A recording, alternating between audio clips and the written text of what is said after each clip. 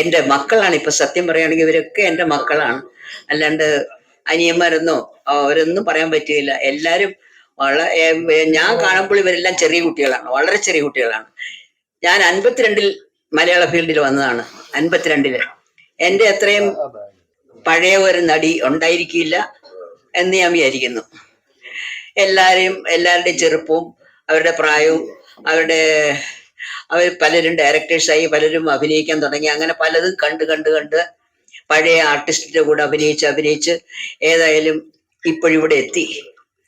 ഈ ലാസ്റ്റ് മൊമെന്റിൽ നിങ്ങളെയൊക്കെ ഒരുമിച്ച് കാണാനും ഈ അവസാന എനിക്ക് ഇനിയും അധികം നാള് മുമ്പോട്ട് നടക്കാനോ ഒന്നും സാധിക്കില്ലെന്ന് എനിക്ക് നല്ലപോലെ അറിയാം. ഒരുപാട് കാലം നടക്കാൻ പറ്റും. ആര് പറഞ്ഞില്ല, നല്ല ചെറുപ്പമില്ല. ഇതാണല്ലോ വീൽ ചെയറിൽ വന്നത്. അതുകൊണ്ട് ഇനിയും വലിയ പ്രതീക്ഷയൊന്നുമില്ല. എങ്കിലും ഈ സമയത്ത് എല്ലാരെയും ഒന്നിച്ചൊന്ന് കാണാൻ പറ്റുമല്ലോ എന്നുള്ള ഒരു വലിയ ആഗ്രഹം ഉണ്ടായിരുന്നു. അത് മാത്രമല്ല, ഇത് എൻ്റെ ഏറ്റവും അഭിമാനം മാത്രമല്ല, ഒരു വലിയൊരു സ്നേഹ സമ്മാനം മാതിരിയാണ് ഞാൻ ഈ അവാർഡിനെ വിചാരിക്കുന്നത്. കാരണം ഇത്രയും വർഷം പല അവാർഡുകൾ മേടിച്ചെങ്കിലും ഈ ഒരു അവാർഡിന് എനിക്ക് വലിയ പ്രത്യേകതയുണ്ട്.